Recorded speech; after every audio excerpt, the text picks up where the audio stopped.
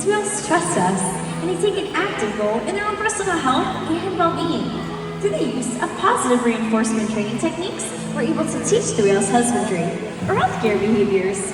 And joining us in the slideouts now are trainers Jacob and Cassidy, here to demonstrate just a few of these behaviors.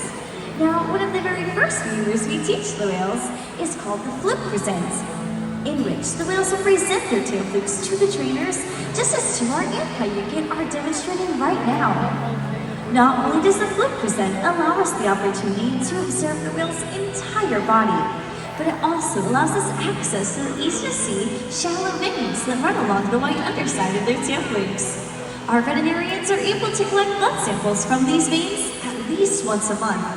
And as you can see, the whales are conditioned to remain calm throughout the entire procedure. Throughout today's experience, you may also see the trainers providing the whales with a variety of different tail massages, back rubs, or maybe even splashing them with water. This is because killer whales have very sensitive skin, and this is just one of the many ways we can continue to build our relationships with the whales. Now, collecting blood is just one of the ways to ensure the health of these amazing animals. Another important diagnostic tool is knowing how much each of the whales weigh. And that is why we weigh the whales once a week. In order to do so, we ask them to slide their entire bodies up and out of the water onto a killer whale-sized scale located in one of our back-adjacent habitats.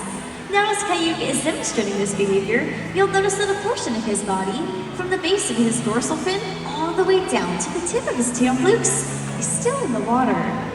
Now, this portion of his body is called the peduncle, and it is made up of several very large and powerful muscles that can weigh up to several hundred pounds alone.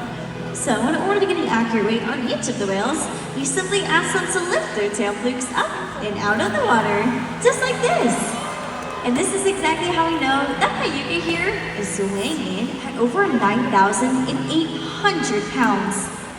It's important that we have an accurate weight on each of the whales to ensure the younger whales are growing appropriately, and the adult whales, like Kayuka here, are maintaining a healthy weight. Our husbandry behaviors ensure that the animals are both healthy and thriving. And the care isn't just physical. Mental stimulation and play are vital, and we surprise and engage with our whales at every opportunity. Play is how killer whales teach their young to hunt, and for the adults, play is important too. It seems that they just enjoy having fun. Making time for play is an important part of life for killer whales, and for us.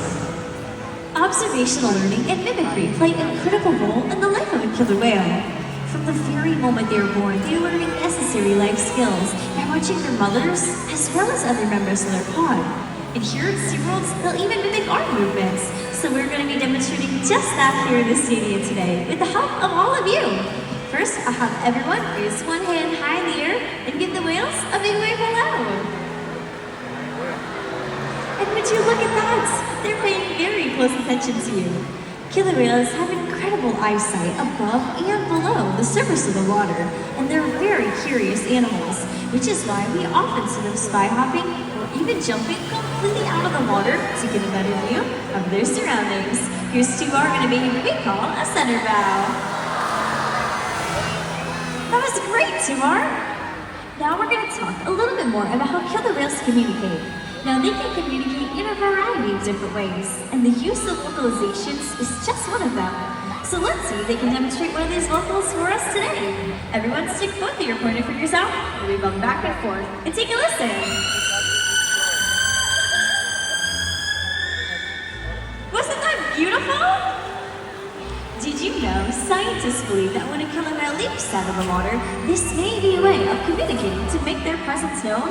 You see, sound waves travel approximately 4.5 times faster in the water than they do through the air. So when a killer whale leaps out of the water and comes crashing back down, this sound can be heard for miles. Ladies and gentlemen, let's hear it up for the killer whales and all of you.